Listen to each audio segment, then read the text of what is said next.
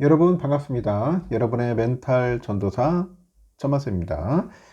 이번 시간에는 여러분 아시다시피 천만 뉴스 한번 시청하도록 할게요. 천만 뉴스.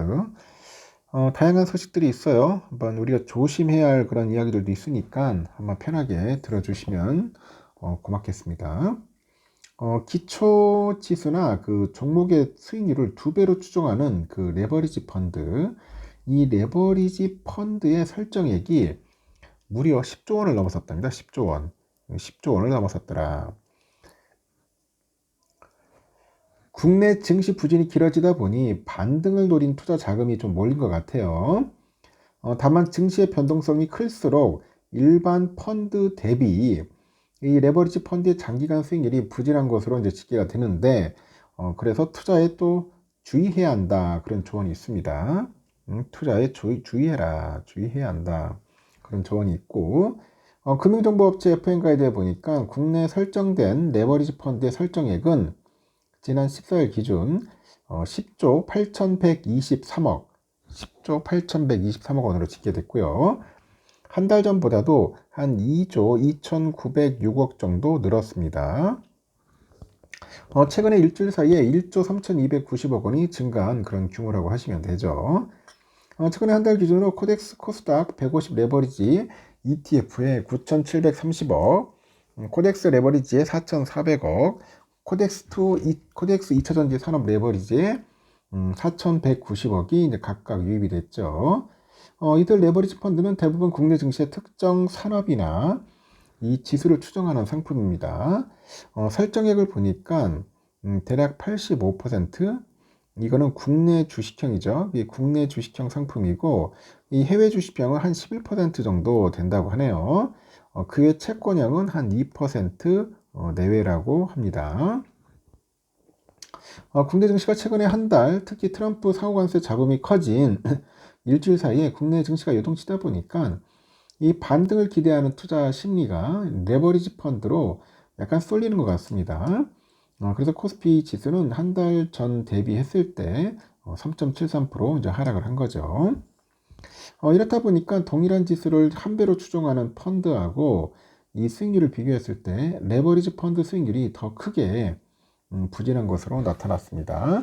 이 통상 레버리지 상품은 일일 성과를 기준으로 하는 것 같아요. 그래서 수익을 추구하기 때문에 그렇게 보고 있고, 시장의 변동성이 클수록 손실이 커지는 이른바 음의 복리 효과라고 하죠. 음의 복리 효과라고 한다. 이걸 타격을 받습니다. 이 상당히 무섭더라고요. 음의 복리 효과. 한번 빠지자가면은 계좌가 상당히 녹아 들어갑니다. 조심해야 돼요, 여러분. 저도 예전에 멋모르고 했다가 고생했어요.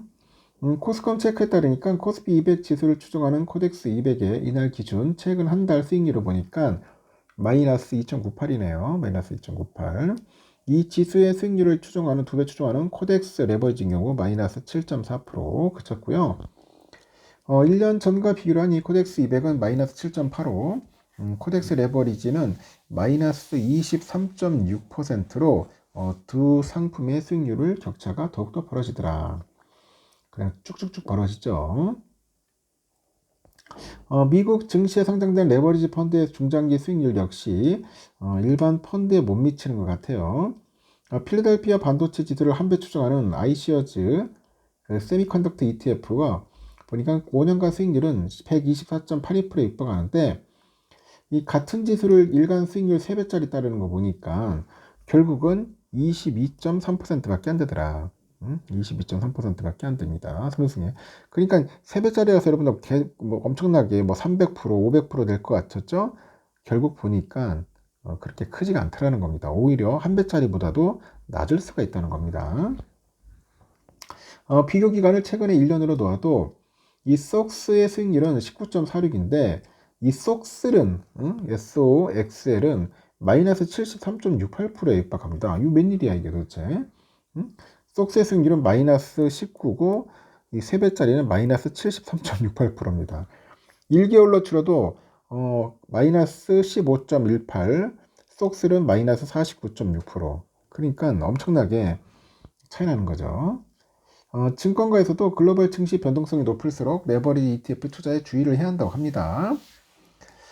그리고 레버리지 ETF가 제공하는 수익률은 투자기간 수익률의 그 배율을 곱한 것이 아니라 대부분은 일간 수익률의 배율을 곱한 값이라네요. 일반 수익률의 배율을 곱한 값으로 투자기간 내 그 벤치마크의 수익률과 변동성이 레버리지 ETF 수익률에 영향을 미칩니다. 그 최근처럼 증시 변동성이 클수록 벤치마크 누적 수익률은 0에 가까워지죠.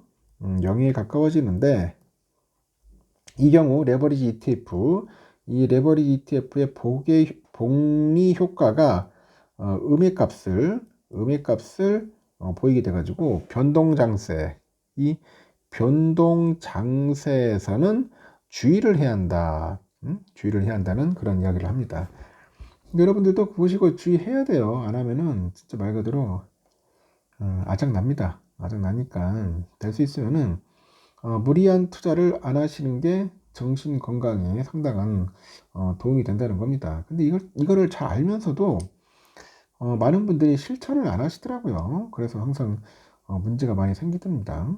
하여튼 조심하십시오. 조심하시고 그리고 또 아주 또 흥미로운 이야기들이 또 있어요. 지금 K 배터리 소재 쪽도 좀 날린 것 같아요. 1년 사이에 벌써 1조 3천억이 손실이 있다는 그런 이야기가 있습니다. 국내 주요 배터리 소재 기업 20개사의 지난해 적자가 약 9천억 정도 달하는 것으로 나타났는데 이 전기차 수요 둔화 등 여파로 인해서 2023년에 비해서 1조 3천억 원의 손실을 낸 것으로 보인다. 그래서 중국의 저가 공세로 수익성이 약화되고 있죠. 미국 현재 생산 거점을 세워서 중국의 업체들과의 경쟁을 피하겠다는 그런 전략입니다. 서울경제신문에서 각 사의 사업보고서 또는 감사보고서를 분석을 했는가 봐요. 그러다 보니까 배터리 소재기업 20곳 합산 영업 손실이 8,923억 원입니다. LG화학, 포스코 퓨처엠, 에코프로비엠, LNF, 코스모 신소재, W스코프 코리아, WCP, SKIT, 대주전자재료, 솔루스 첨단소재 상당히 많네요. 기업들이 많은데 이들 기업 중 지난해 흑자를 낸 기업은 LG화학, 코스모 신소재, 대주전자재료, 캠코, 에콜앤드림 이 5곳에 불과했더라. 23년 만에도 전체 20개사의 합산 실적은 4,262억 흑자였는데 1년 만에 손실 규모가 1조 3,185억 원이나 불어났다.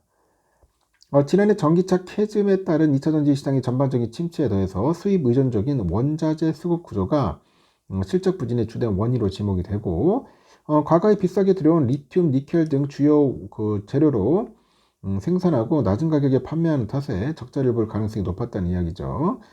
특히 과잉 생산에 직면한 중국 배터리 소재업계도 저가 밀어내기 방식으로 물량 공세를 펼치다 보니 국내 소재업계가 고객사로부터 판가 인하 압박에 시달리게 됐다.